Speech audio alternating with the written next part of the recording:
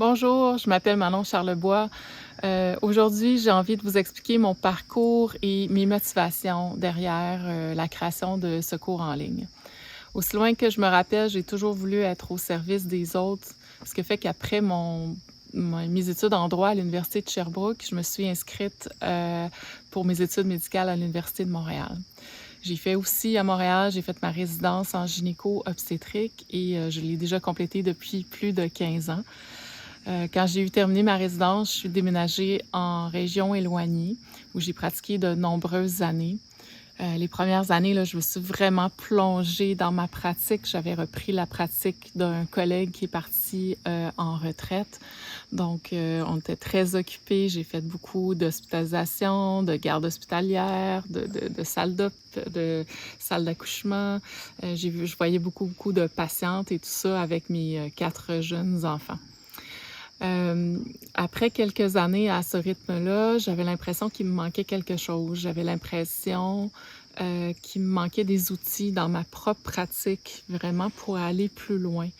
Des fois, j'avais l'impression de juste être là pour atténuer quelques symptômes, mais j'avais pas vraiment le temps ou j'avais pas les outils pour m'intéresser à la racine plus profonde du problème, pour pouvoir mieux aider là, justement ma patientèle.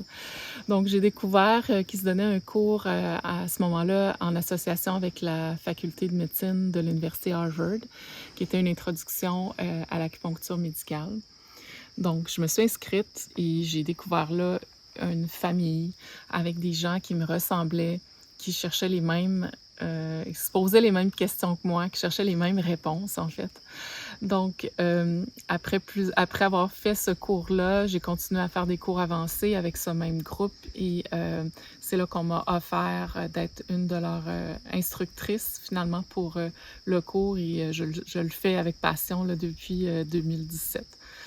C'est sûr que pour être honnête, au début, le fait que ça soit présenté dans une grande université américaine, ça venait un petit peu valider, m'enlever les peurs que j'avais. Ça m'a donné la confiance de se dire: «Ah, si ça intéresse une grande université comme ça, c'est qu'il doit y avoir des preuves solides scientifiques» et donc ça m'a enlevé de la peur d'aller explorer ces nouvelles avenues-là pour explorer les médecines, non traditionnelles.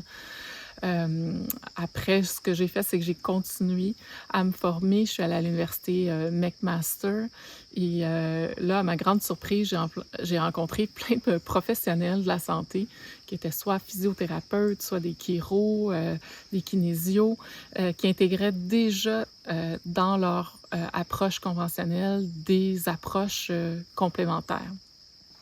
Donc, à ce moment-là, dans ma vie, j'étais de retour à Montréal. Je travaillais pour un grand CIUS et je me posais vraiment la question: «Comment je peux faire pour incorporer tout le savoir que j'ai appris dans mes formations? Comment je fais pour incorporer ça dans ma propre pratique?» Ma pratique qui est hospitalière, donc par définition, une pratique qui est conventionnelle.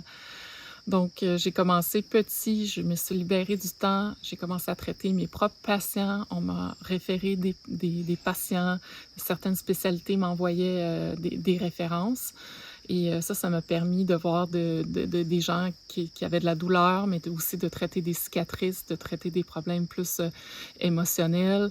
Mais j'ai aussi, amené mes aiguilles pour, gérer la douleur post-opératoire, la douleur, les nausées post-opératoires.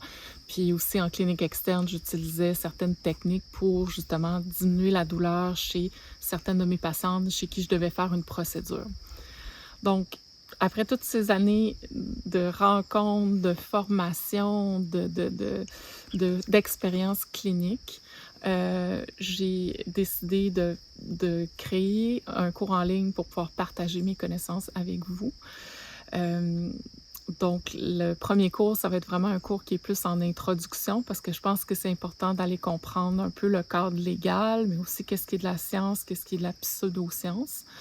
Puis je veux vraiment vous donner des techniques qui sont plus essentielles pour aller améliorer votre communication avec, vos patients.